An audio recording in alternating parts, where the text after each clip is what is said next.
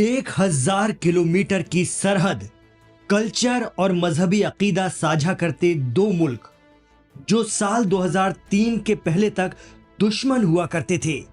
ऐसी दुश्मनी कि बिना रुके 8 साल लंबी जंग लड़ी और बाजी किसी के हाथ नहीं लगी।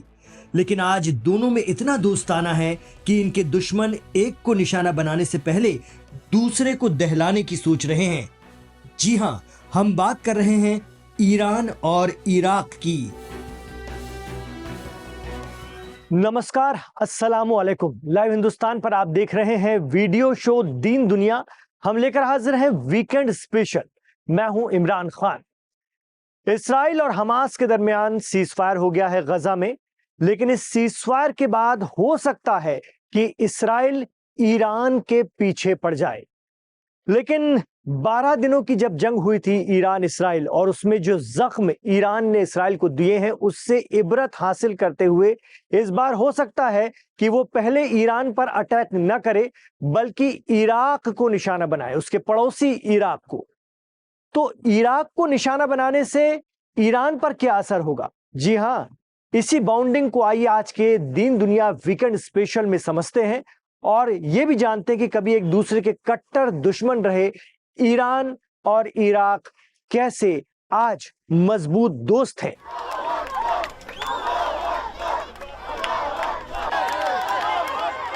कहा जा रहा है कि गजा के लिए अमेरिकी प्रेसिडेंट ट्रंप का 20 सूत्रीय कार्यक्रम लाया ही इसलिए गया था कि ईरान की घेराबंदी की जाए।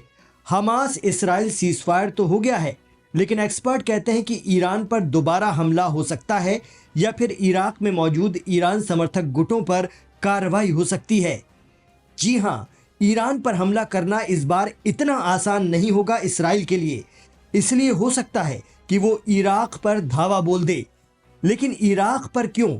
वहां पर तो अमेरिका के बेस मौजूद हैं। तो इसराइल की इराक से क्या दुश्मनी?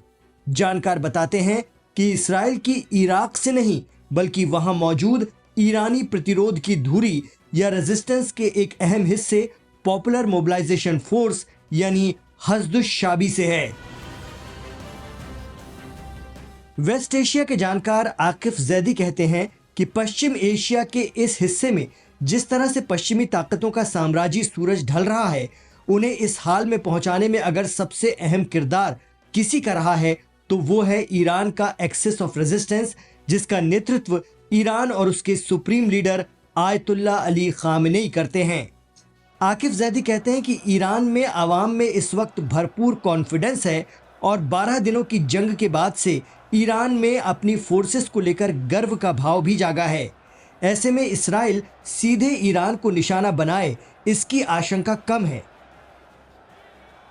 इसीलिए इस रेजिस्टेंस के दूसरे अंग नष्ट करने की कोशिश की जा सकती है, जैसे लेबनान में हिजबुल्लाह और इराक में हश्द-उश-शाबी, जो एक तरह से वहां सिक्योरिटी फोर्सेस की भूमिका निभाता है।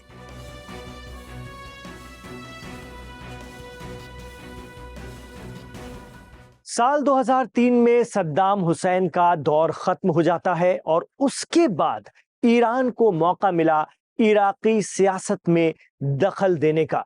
और यही वजह है कि आज भी इराक की 1 दर्जन से ज्यादा पार्टियों के ईरान से सीधे ताल्लुकात हैं। जी हां, ईरान का खासा असर इराक की सियासत में है।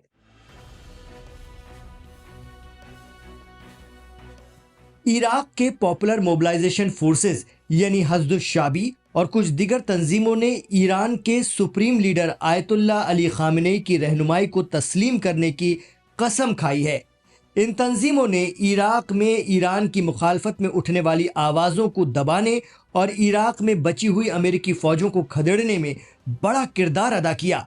इतना ही नहीं, साल 2017 में दाइश या ISIS के खूंखार दहशतगर्दों को खदेड़ने का काम भी इराक में हश्द-उश-शाबी ने ही किया।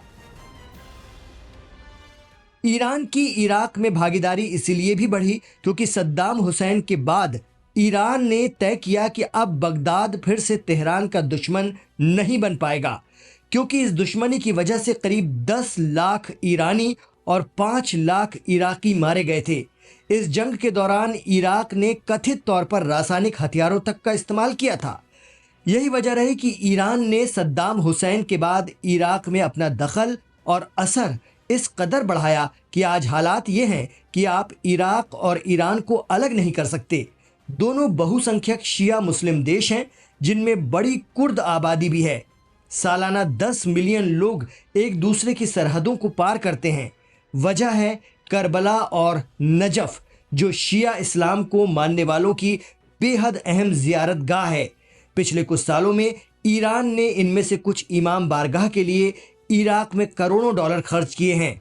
इससे पहले ईरान ने सद्दाम के दौर में भागे लाखों इराकियों को पनाह दी थी, जिनमें से कई उनके सत्ता से बेदखल होने के बाद घर लौट आए। इसके अलावा एक और कड़ी है इन दोनों मुल्कों के मजबूती के साथ जुड़े रहने की, और वो है ग्रैंड आयतुल्ला अल सिस्तानी, जिनका जन्म ईरान में हुआ था, लेकिन वो इराक के एक बहुत बड़े मजहबी रहनुमा हैं। दाइश या आईएसआईएस के इराक में बढ़ते प्रभाव को रोकने उन्होंने ही फतवा जारी किया था, जिस पर अमल करते हुए इराक के लोग मोबिलाइज हुए और पॉपुलर मोबिलाइजेशन फोर्स बनी। कहा जाता है कि ईरान ने उन्हें ट्रेंड किया और इसी फोर्स, जिसे हज़्दुश शाबी के नाम से जाना जाता है, इसने दाइश के दहशतगर्दों को इराक से खदेड़ा था। इस तरह आयतुल्ला सिस्तानी को ईरान के supreme leader ayatollah Ali Khamenei भी बेहद सम्मान से देखते हैं और ईरान समेत साउथ एशिया के कई मुल्कों में शिया हजरात उनसे मजहबी रहनुमाई हासिल करते हैं। आज हालात ये हैं कि इराक के खान पान, कल्चर, तहजीब व सकाफत से लेकर हर गोशे, हर क्षेत्र में ईरान का खासा दखल है। यही वजह है कि ईरान के दुश्मन नंबर 1 इसराइल की भी कोशिश रहती है कि वो किसी तरह इराक की सरहद तक या इराक के अंदर दाखिल हो सके, जहां से ईरान को कंट्रोल किया जा सके। जानकार बताते हैं कि इसके लिए बहुत देर हो चुकी है। ईरान ने अपनी मजबूत जड़ें इराक में जमा ली हैं। इराक चीन के बाद ईरान का दूसरा सबसे बड़ा कारोबारी साझेदार भी बना हुआ है। बिजली की बात हो या कुदरती गैस की, इसके लिए इराक ईरान पर ही डिपेंड करता है, निर्भर करता है। और उसकी जरूरियात को इस तरह से भी समझा जाता है कि इराक में अमेरिका अब भी मौजूद है, लेकिन बावजूद इसके अमेरिका ने ईरान से उसके कारोबार को परमिशन दे रखी है, छूट दे रखी है। ईरान से आ रही बिजली ही इराक में जलती है, जबकि अमेरिका ने ईरान पर बहुत से सैंक्शंस लगा रखे हैं, लेकिन इराक के मामले में उन्हें छूट भी दे रखी है।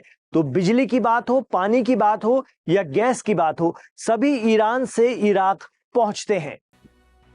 दोनों देश नदियों का पानी साझा करते हैं। यही वजह है कि ईरान से पहले इराक को निशाना बनाने की कवायद हो रही है और टारगेट पर है पॉपुलर मोबिलाइजेशन फोर्स, जो इराक में सिक्योरिटी का भी किरदार निभाती है और ईरान के प्रति निष्ठा रखती है। लेकिन करबला और नजफ की धरती इराक को ईरान शायद ही अपने हाथों से जाने दे। एक्सपर्ट कहते हैं कि इराक तक पहुंचने के इस्राएली ख्वाब को ईरान शायद ही कभी पूरा होने देगा।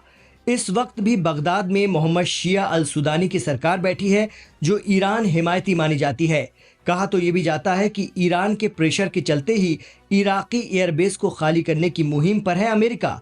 यही वजह है कि ईरान के इस पक्के दोस्त को निशाना बनाकर इसराइल ईरान को दबाव में लाने की तैयारी में है। लेकिन कल्चर और मजहब के जरिए मजबूती से जुड़े हुए ईरान इराक को नुकसान पहुंचाना अब इतना आसान नहीं है। इराक की मौजूदा सरकार अमेरिका के भी करीब है और ईरान के भी। वो दोनों को साधती है और ईरानी प्रॉक्सी हज़्दुश शाबी को भी पूरी तवज्जो देती है, जो इराक में कानून निज़ाम बनाने और सिक्योरिटी प्रोवाइड कराने में मदद करता है। कहा जाता है कि ईरान हिमायती हज़्दुश शाबी सीधे इराकी पीएम के तहत आता है और उन्हीं को रिपोर्ट करता है, और ईरान के इसी प्रॉक्सी के पीछे पड़ा है इसराइल। अब देखना होगा कि अगर इराक पर किसी भी तरह का हमला हुआ तो ईरान उस पर कैसे रिएक्ट करता है और किस तरह से उसका जवाब देता है।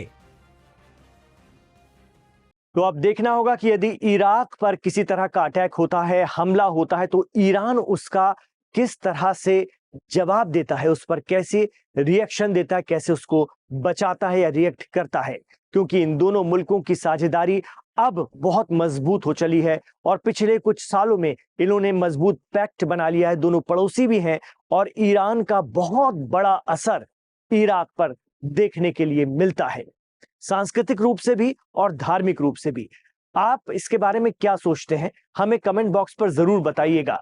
आप यही बताइएगा कि ईरान ने कैसे इराक को अपना मजबूत दोस्त बनाया, जबकि वो दोनों एक लंबे वक्त तक जंग में रह चुके हैं। इसकी और भी क्या वजूहात हो सकती हैं, कमेंट बॉक्स पर आप हमें जरूर बताइए, हमें भी जानकर पढ़कर अच्छा लगेगा। इमरान खान के साथ आप दीन दुनिया वीकेंड स्पेशल में अगर आखिरी तक बने रहे हैं तो गुजारिश रहेगी कि हमारे इस वीडियो को लाइक जरूर कीजिए और इसे आगे से आगे और आगे बढ़ाते जाइए, शेयर करते जाइए व्हाट्सएप के जरिए। आपसे यह भी कहना चाहेंगे कि हमारे चैनल लाइव हिंदुस्तान को अब तक अगर आपने सब्सक्राइब नहीं किया है तो सब्सक्राइब कीजिए। अपने दोस्तों और रिश्तेदारों को भी कहिए कि वो इस चैनल को सब्सक्राइब करें। दीन दुनिया वीकेंड स्पेशल में आप और किस तरह की स्टोरीज देखना चाहते हैं, हमें कमेंट बॉक्स पर बताइए। हम उन पर भी काम करेंगे, रिसर्च करेंगे और आपके लिए बेहतर से बेहतर स्टोरी लेकर आएंगे दीन दुनिया वीकेंड स्पेशल में। इस खास वीकेंड स्पेशल में हमारी कोशिश रहती है कि आपको कुछ अलग, कुछ नया, कुछ हटकर दें, जो कि रिसर्च पर आधारित हो, जो कि रोज की खबरों से हटकर हो, और हम पूरी कोशिश करते हैं कि हम उसमें आपकी भी भागीदारी लें। तो इसलिए आपसे गुजारिश रहेगी कि आप हमें आइडियाज दें, हम उन पर जरूर जरूर अमल करेंगे। इमरान खान के साथ आखिर तक जुड़ने के लिए आपका बहुत बहुत शुक्रिया। अपना ख्याल रखिएगा, अपनी दुआओं में हमें याद रखिएगा।